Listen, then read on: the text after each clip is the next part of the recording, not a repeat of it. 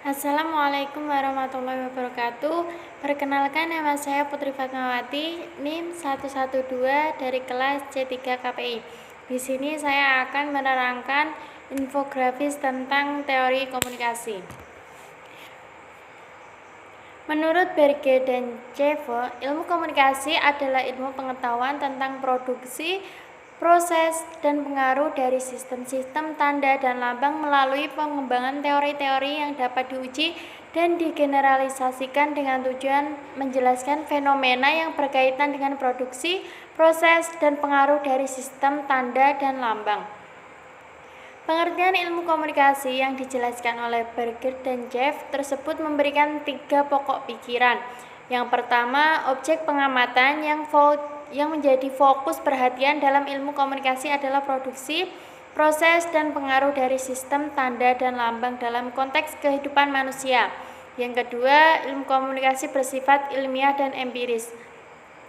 Dalam arti pokok pikiran dalam ilmu komunikasi, yakni dalam bentuk teori, harus berlaku umum. Ketiga, ilmu komunikasi bertujuan menjelaskan fenomena sosial yang berkaitan dengan produksi, proses, dan pengaruh dari sistem-sistem tanda dan lambang.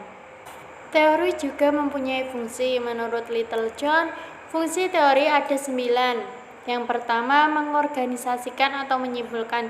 Kedua, memfokuskan. Ketiga, menjelaskan. Keempat, mengamati. Kelima, membuat prediksi. Keenam, heuristik. Ketujuh, komunikasi. Kedelapan, kontrol atau mengawasi. Dan kesembilan, generatif.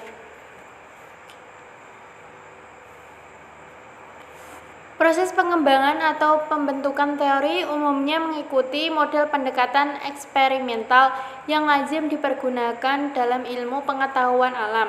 Menurut pendekatan ini, biasanya dibuat hipotesis dedukatif metode atau metode hipotesis dedukatif.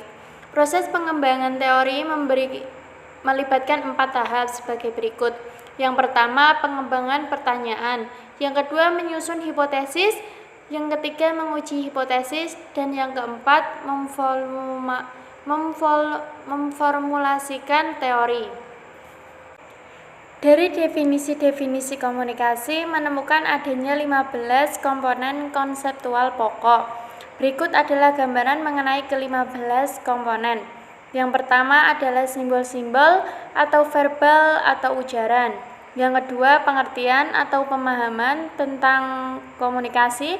Yang ketiga, interaksi atau hubungan atau proses sosial. Yang keempat, mengurangi ketidakpastian. Yang kelima, proses. Keenam, pengalian atau penyampaian atau juga bisa disebut pertukaran. Yang ketujuh, menghubungkan atau menggabungkan. Yang kedelapan, kebersamaan. Yang kesembilan, saluran, alat atau jalur. Yang kesepuluh, replikasi memori. Yang ke-11, tanggapan diskriminatif. Yang kedua, stimuli. Yang ke-13, punya tujuan atau kesengajaan. Yang ke-14, waktu atau situasi. Yang ke-15, kekuasaan atau juga bisa disebut kekuatan. Teori-teori fungsional dan struktural. Meskipun pendekatan fungsional dan struktur ini seringkali dikombinasikan, namun masing-masing mempunyai titik penekanan yang berbeda. Pendekatan strukturalisme yang berasal dari linguistik menekankan pengajiannya pada hal-hal yang menyangkut pengorganisasian, bahasa, dan sistem sosial. Sedangkan pendekatan fungsionalisme yang berasal dari biolog menekankan pengajiannya tentang cara-cara mengorganisasikan dan mempertahankan sistem apabila ditelah kedua pendekatan ini sama-sama mempunyai penekanan yang sama, yakni tentang sistem sebagai struktur yang berfungsi. Yang B adalah teori behavioral dan kognitif. Sebagai halnya dengan teori struktural dan fungsional, teori behavioral dan kognitif juga merupakan gabungan dari dua tradisi yang berbeda. Asumsinya tentang hakikat dan cara menentukan pengetahuan tentang behavioral dan kognitif yang berkembang dari psikologi dan ilmu-ilmu pengetahuan.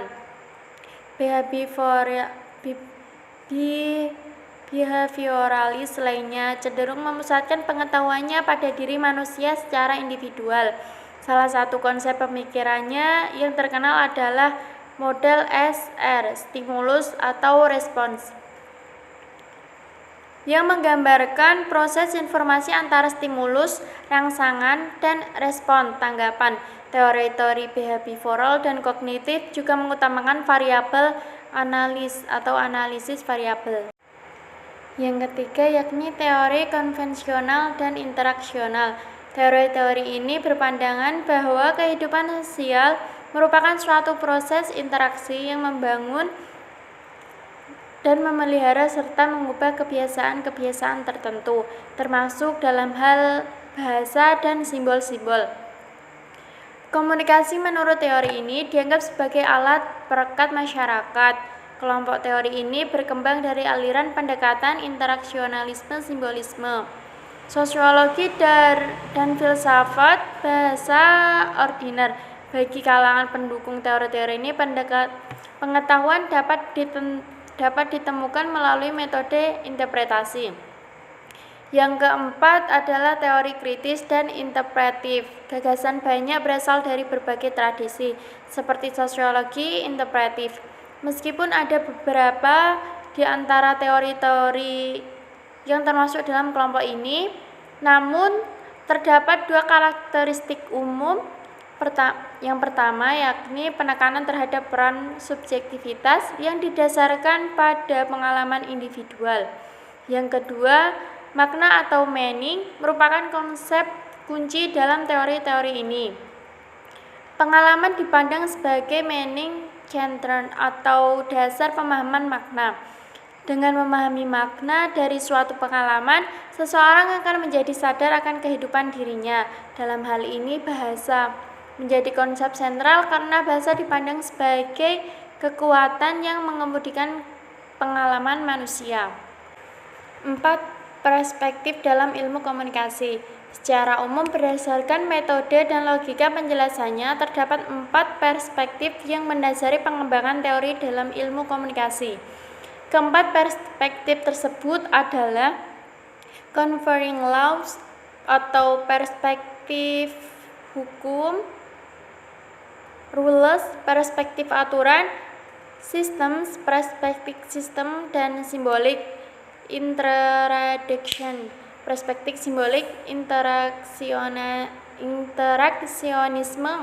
Berikut ini adalah dijelaskan pokok-pokok pikiran dari keempat perspektif tersebut. Pada dasarnya, pemikiran covering laws theories berangkat dari prinsip sebab akibat atau hubungan kausal.